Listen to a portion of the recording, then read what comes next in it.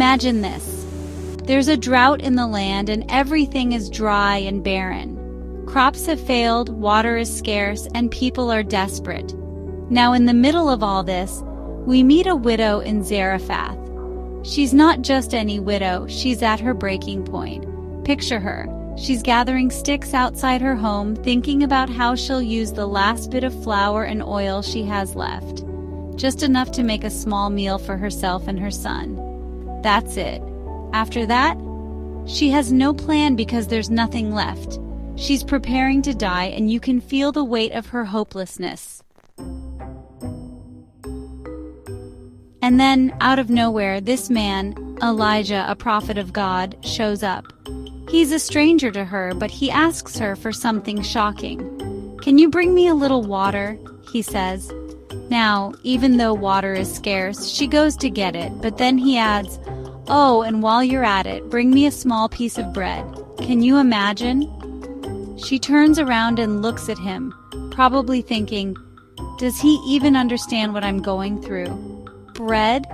I don't even have enough for my son and me.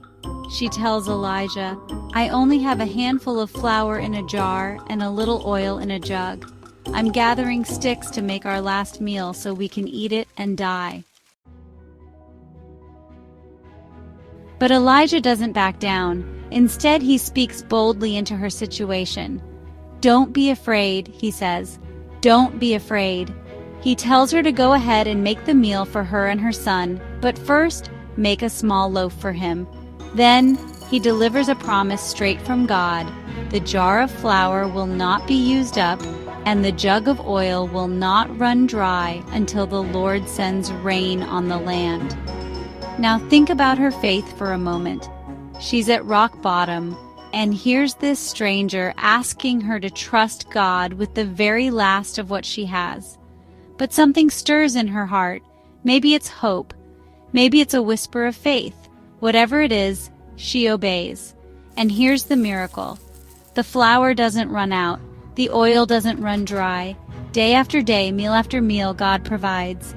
What seemed impossible becomes her reality because she trusted God at His word.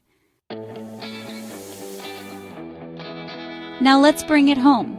Maybe you feel like that widow. You're looking at your situation, your resources, and it feels like there's no way forward. Maybe you're at the end of your strength or the end of your bank account. But here's the encouragement.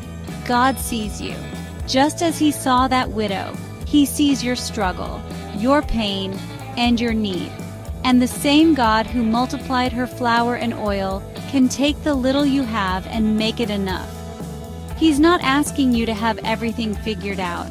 He's asking you to trust Him with what you've got, even if it feels like almost nothing. So don't be afraid. Whatever flour and oil you have, place it in God's hands.